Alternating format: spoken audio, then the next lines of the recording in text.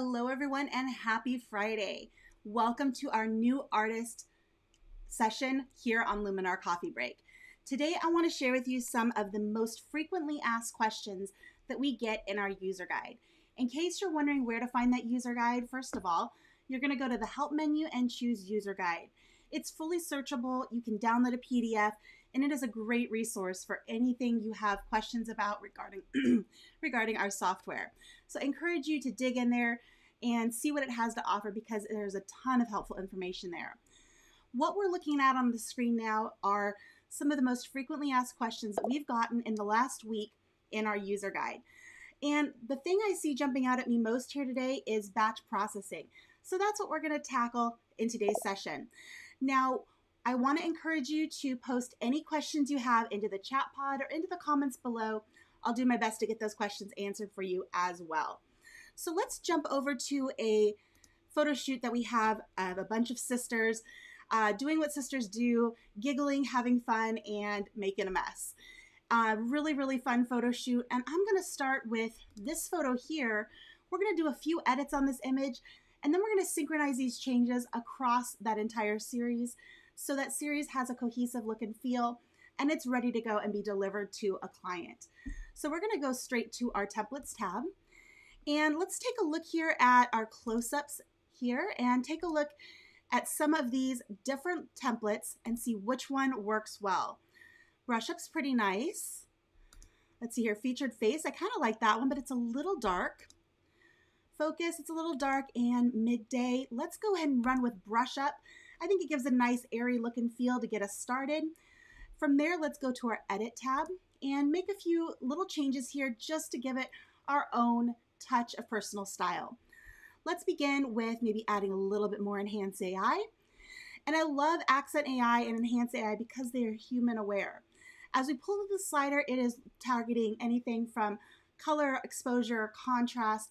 I think something like 12 to 13 different parameters of your photo, but it's also human aware in that it notices that there's people in the image and doesn't, much like other tools would, it doesn't do anything to really harm their skin tones. It might wake up some of the shadows on their faces, but it really protects skin tones and it knows that there's people there and it makes the appropriate adjustments. I'm also going to go down to our portrait tools and down to Face AI, and I'm going to pull up this face light a little bit more because their faces are a little bit more in the shadow. I think that looks great. And since these are young girls, I don't think we really need to have slim face on here. They all look beautiful as they are, so I'll turn that off. Now, as a final touch, I'm going to go here to our glow tool, and let's just amp up the fun and the glow and that kind of mood that we want to set here with all these feathers flying through the air. I'm going to pull up the amount slider here, and I'm going to pull it up pretty high to begin with because I want to take a look at these different types of glow and see which one best suits the image. So we can toggle through these images or these options and see which one we like best. I kind of like Orton. That works really nicely there.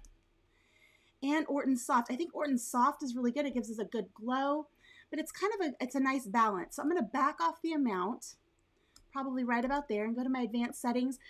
And I'm going to pull back a little bit on the brightness, maybe add a touch more contrast, and warm up that glow a little bit. Just that gives it the feel of warm sunshine coming in through those windows and just makes the overall image feel more welcoming and inviting. Maybe a tiny bit more.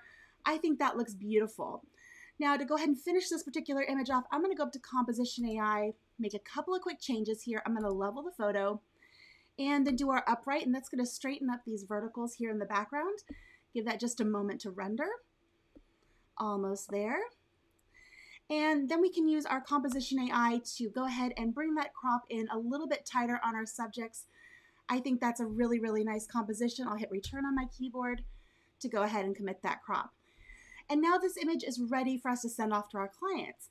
Now, if we go back to our catalog and into the grid mode, we'll see that our first image here is edited, but we still have everything else in this series to edit. There's a few different ways we can get those edits to synchronize across a batch of images. The first way is going to be while we're in the edit tab, we can pop back over here, we can go down to where it talks about what template we use, and it says it was edited. go to that ellipses button and click Save, and that saves a custom template that you can use on other images. So you can find that by going into the Templates tab, and let's back up here to the My Templates section. And there it is right at the top. So we can pull up any of those other images in the series, apply this template, and you're good to go. The other option that's a little bit faster is right here from the catalog. You can right click on an image, go to Adjustments, and Copy Adjustments, and choose another image in the series, right click, Adjustments, and paste those adjustments. And that's going to bring over all of the changes we made here in the first image to the second image. So that speeds things up a little bit. But what if you want to have those adjustments go across a bunch of images all at once? The way to do that is to select the image that you edited. Go ahead and let that, there we go. And you'll know that it's selected by that blue border. Now I'm going to hold down my Shift key and select everything else in that series. We already edited this first one, so I'm going to leave that out. But we want to get those edits across the rest of these images. So they're all selected, with our edited one being with the blue border. I'll right click on that, go to Adjustments, and Synchronize Adjustments. And you'll have to give it a couple of minutes to work, but it will synchronize those changes across every single image here. If you wanted to go in and make any adjustments to those photos individually, all you have to do is go ahead and select that image, double click on it, jump over to your Edit tab, and you can refine all of the parameters of this image to get it exactly where you want it. But right now, it's really close. All I might do is go into my Composition AI, give that a moment to render. There we go. And let's hit that Composition AI button. It's going to give us a slightly better crop. One moment while it loads. Sorry about that, guys. And make sure you put any questions that you have into the chat pod, and I will do my best to get those answered for you today. All right, let me go ahead and I'm going to adjust this a little bit. And I think that's a much better crop. I'll hit return on my keyboard. That goes ahead and commits the crop, and there we go. So now I have all of these images in my series. They're all edited. They're all ready to go. The last thing you'll need to do is get them out of Luminar so you can deliver them to your client, share them on social media, whatever it is that you want to do with them. I'm going to use the Command A keyboard shortcut to select every image, right click on those images, and then go to Export.